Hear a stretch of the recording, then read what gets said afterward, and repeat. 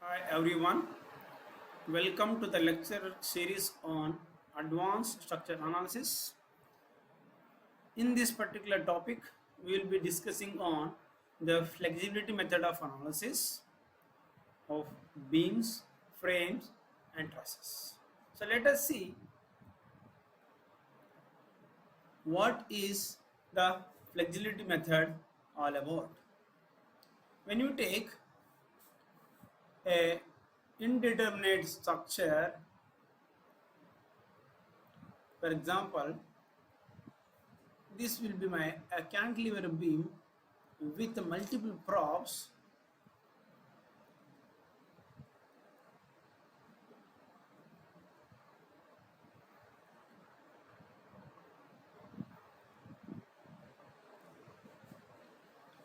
Then it is having external load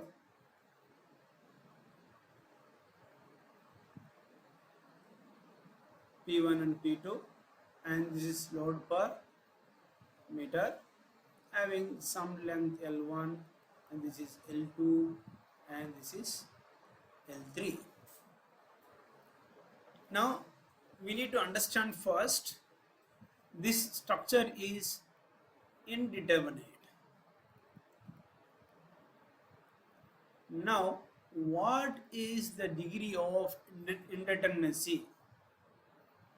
And specific to a static indeterminacy. Static indeterminacy is what we need to find out. So that means the total number of unknown reactions we need to find out and subtract from or subtract the equilibrium equations available to solve the beam. That becomes my degree of static indeterminacy. Now another word to say that how many redundancies I have, or I can remove those supports by which my structure becomes determinate.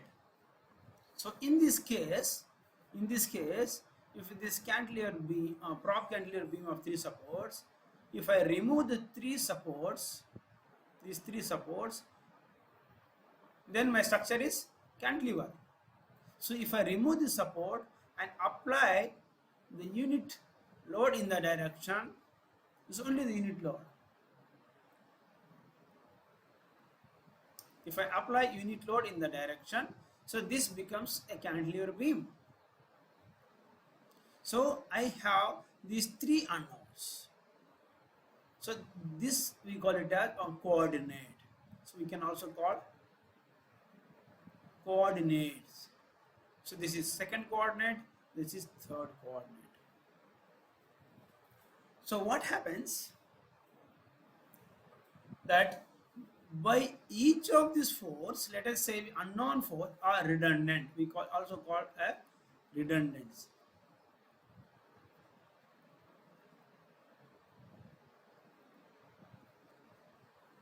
So by the application of the force by the redundant forces, let us say this particular beam, because of this live load force which is coming, if I take this part into 2 components, a beam subjected to UD load, point load which is P1 and P2 is, and second beam having 3 redundant forces on the beam. This is coordinate 1, coordinate 2, coordinate 3, and these are also unit forces, right? So because of this live load, this beam will deflect downward. This beam will deflect downward. We need to find out the displacement of each of these forces in the direction of, in the location of coordinate. we call it as delta 1. If this is my coordinate delta 1L, and at the coordinate direction 2 I will find out the displacement due to this live load, assuming this is a determinate structure, delta 2L, here delta 3L. Right now, because of this, the unit force is applied at each of the coordinate direction, beam will also deform upward, and we need to find the displacement due to the unit forces is called flexibility.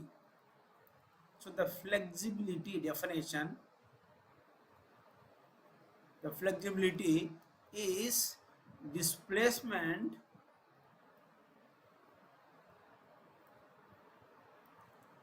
due to unit forces. That means delta by unit force, or delta by P, or also called theta by M. M is kept moment. Now, if you look at this point, since we have the three coordinates 1, 2, 3, when my beam deflects upward, because of the unit force at one coordinate, that is one coordinate, I have a deflection here. This will be delta 1 1, we say. So in general, delta Ij is nothing but displacement at ith coordinate due to unit force, I'll write here,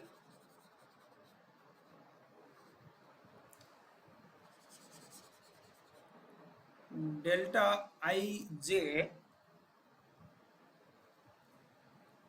displacement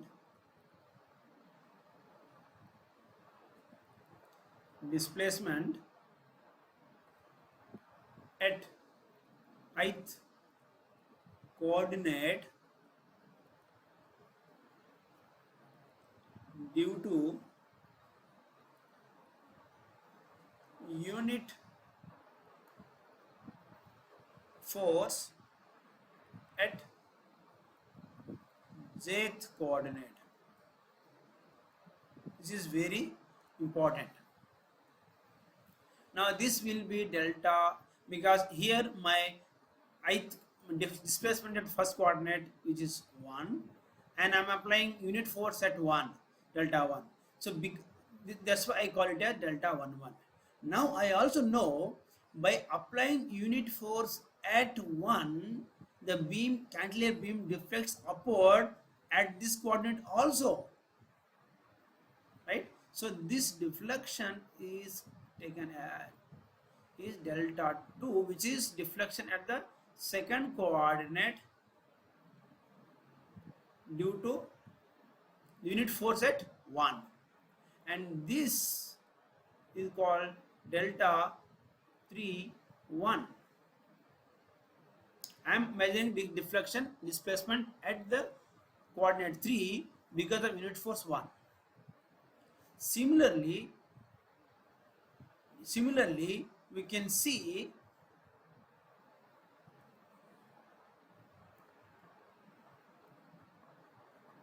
this cantilever beam. Now I am applying unit force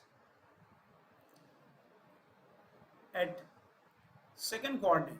This was first coordinate, this was second coordinate, then third coordinate. So now, due to this application of force second coordinate, still beam will deform like this, right? Now I will, because I am applying unit force at 2 and measuring deflection all 3 points, so this deflection will be my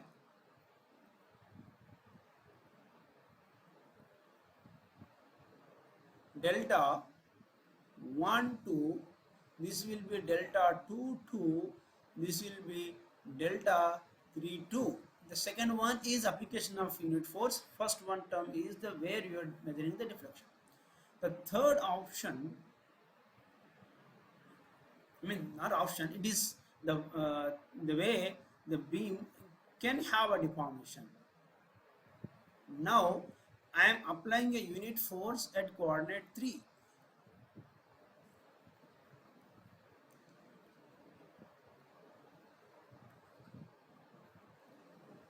So due to this, I can see the displacement here, I can see displacement here, I can see displacement here. So this will be my delta 3 3, this will be my delta 2 3, this will be my delta 1 3. This is very important to understand. And these all displacement because of my unit force at respective points. So now the total displacement or net displacement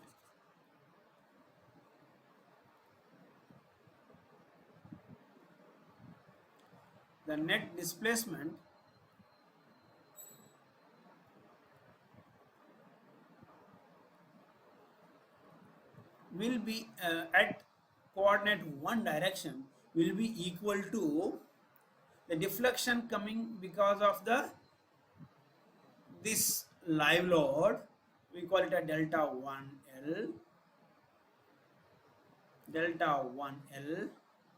plus, now look at this case, this also deflection here, right? So delta 1 1, and because of a load P1, delta 1 1 because of the P1, and this delta 1 2 because of P2, delta 1 2 because of P2, and delta 1 3 because of P3. P3 anyway unit force, plus delta 1 3 because of P3, and so on. Similarly, delta 2L plus delta 21 P1 plus delta 22 P2, delta 23 because of P3, and delta 3, for this case we can go up to 3 deltas, delta 3L plus delta 31 because of unit force P1, and delta 32 because of unit force P2, plus delta 33 P3, and so on. I can go on. So now if I combine this delta 1, delta 2, delta 3 the left hand side, I can take this side as a delta L, 1L or 2L, delta 3L, plus I will get a matrix of coefficients, and outside I can get a term for P1, P2 and P3, and this P1, P2, P3 will be my unknown force, right? This is P1, P2, P3 are my unknown forces, and this will be my delta 1 1, delta 1 2, delta 1 3, delta 2 1, delta 2 2, delta 2 3, and delta 3 1, delta 3 2, delta 3 3.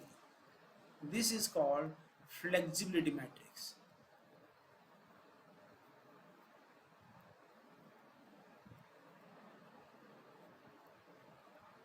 This is flexibility matrix, and this is a load matrix, and this is the displacement caused because of live load, and this is a net deflection at that point. If the support doesn't settle, if there is a support at that point, definitely displacement not there, this becomes zero. Or if there is a support settlement, these things will have some value. This can be written in the in this fashion as a matrix of delta is equal to delta L plus this flexibility matrix, or I can write down as F matrix into force matrix, force vector. So my unknown is this P. So the P vector unknowns is nothing but delta minus delta L multiplied by this F inverse of the flexibility multiplied by the displacement vectors. So this is the compatibility equation for finding the unknowns using flexibility method. So this is important. This is very important. So this P are the unknowns, unknown forces which we need to find out, and F is a flexibility matrix, and delta is the net displacement. If at all anything given, will have a known values, or otherwise it is zero. And delta L is the displacement because of the lag on a redundant structure or determinate structure. This is very important. So this method is known as flexibility because this method is called flexibility because we are involving flexibility terms, flexibility coefficient. Flexibility coefficients are used. These deltas, delta I, J, and this is also called a force method, because I am finding out the forces. Directly forces are worked out. Directly forces are determined.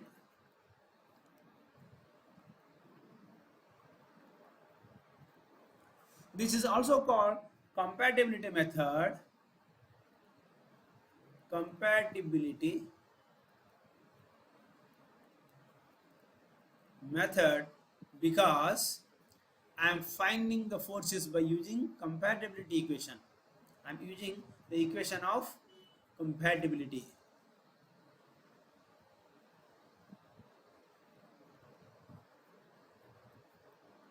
The equation of compatibility used to solve this unknown forces. Very important. So now this is the concept of a flexibility method. The question comes, how will I solve a problem? So what is the procedure? So the simple procedure involved here is simply first we determine the first step is, so we can see in terms of steps, determine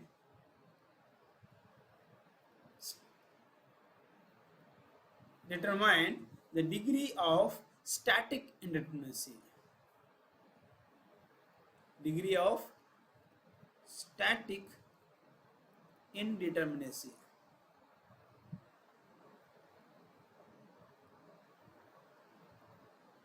Right? Then next find out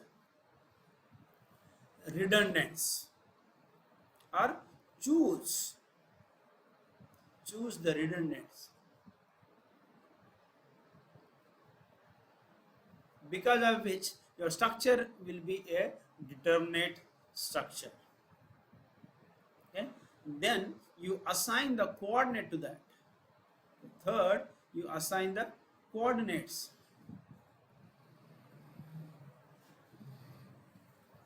Assign the coordinate. once you assign the coordinates for the redundant forces,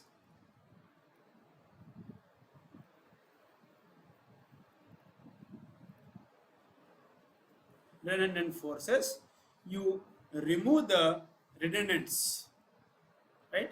Next, you remove the redundants,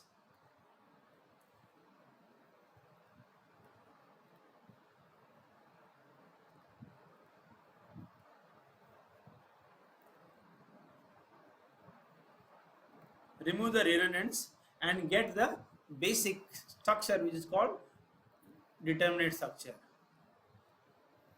Get determinate structure. Determinate structure. Then find out the deflection. After that, find the deflection in the coordinate direction.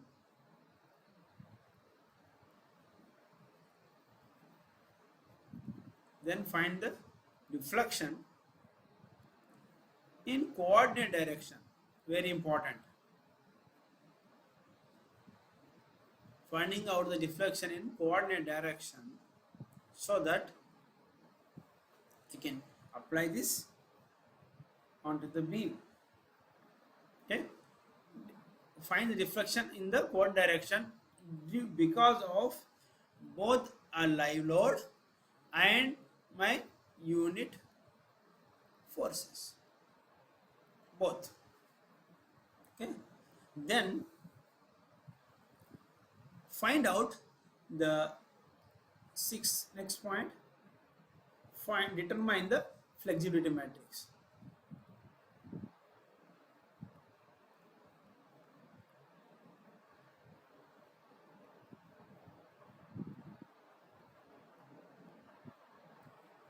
Determine the flexibility matrix, then apply the compatibility equation.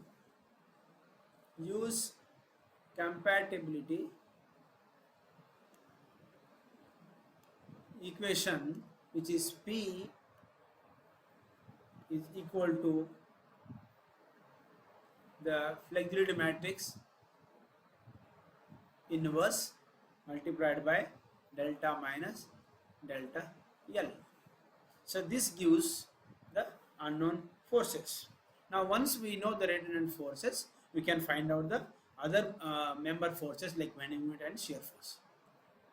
Finally, using basic equilibrium equation. Using equilibrium equations, we can find out member forces such as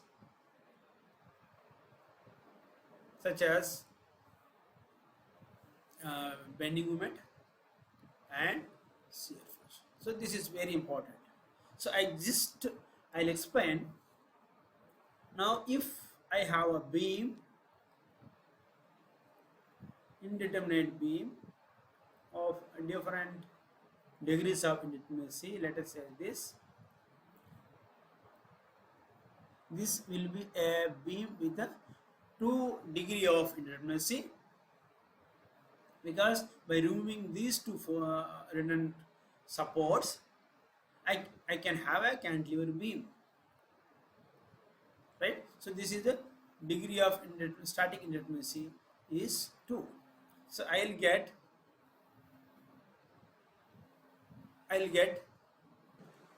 so for this structure, what I will do, I will try to work out, because it is statical indeterminacy of 2, so I will assign the coordinates, could be maybe the moment here, one of the coordinate, and moment here could be another coordinate. This is 1 and 2.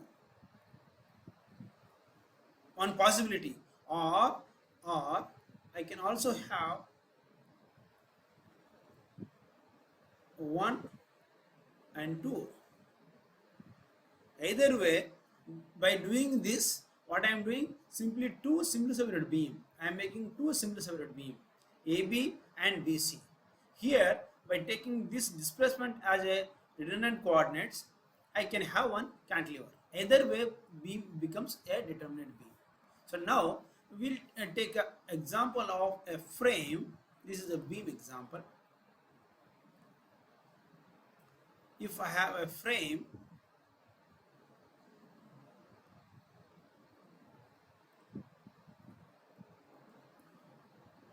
due to lateral load or vertical load, doesn't matter. Now I need to find out what is the degree of static indeterminacy for this frame. So now these three, this is a fixed support which is having three unknowns, three reactions. Here again we have a three reactions, and equilibrium equations are three equilibrium equations. So the degree of static indeterminacy is your 6 minus 3 is 3. Since I have a 3 unknowns, so now I can assume 3 coordinates. So it's easy to assume the coordinates something like this. So this will be a fix. Here I'll assume one coordinate is here in horizontal direction, another coordinate is vertical direction, third coordinate will be the movement here. So I will get the unknown forces as I suppose this joint is D, HD, VD and MD. Directly I get these forces using flexibility method. Suppose if I have a beam of, truss. Suppose I have a truss. Let us say something like this.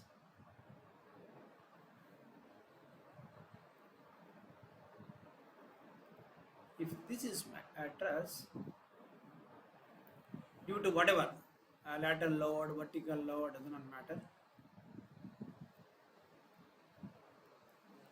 P1, P2, P3 and P4, right? Now in this case, in that we need to find out the total degree of static indeterminacy, which is comprised of degree of internal static indeterminacy plus external static indeterminacy. Very important. Internal static indeterminacy will be from M plus R minus 2J. From this we will be able to find out number of members. M is number of members, means 1, 2, 3, 4, 5, 6, 7, 8, 9, 10. Number of reactions 1, 2, 3, 4. Minus number of joints 1, 2, 3, 4, 5, 6. 2 into 6.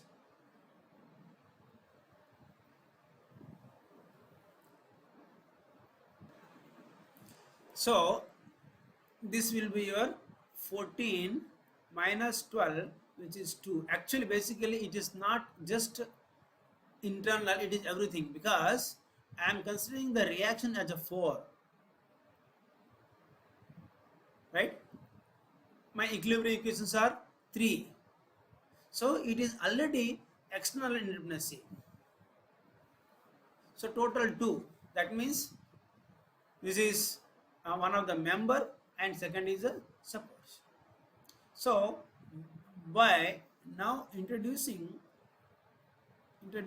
one redundancy here, one of the member, means removing the one of the member, and then releasing this hinge and applying a roller support. This will be one of the coordinate, this will be a second coordinate. So this will be two unknowns by that. So by introducing the coordinate 1, I will make is externally determinate, and removing one of the member, this will become internally determinate. So this way, so I will able to find out these forces 1 and 2 direction, and that is the member force. Thank you.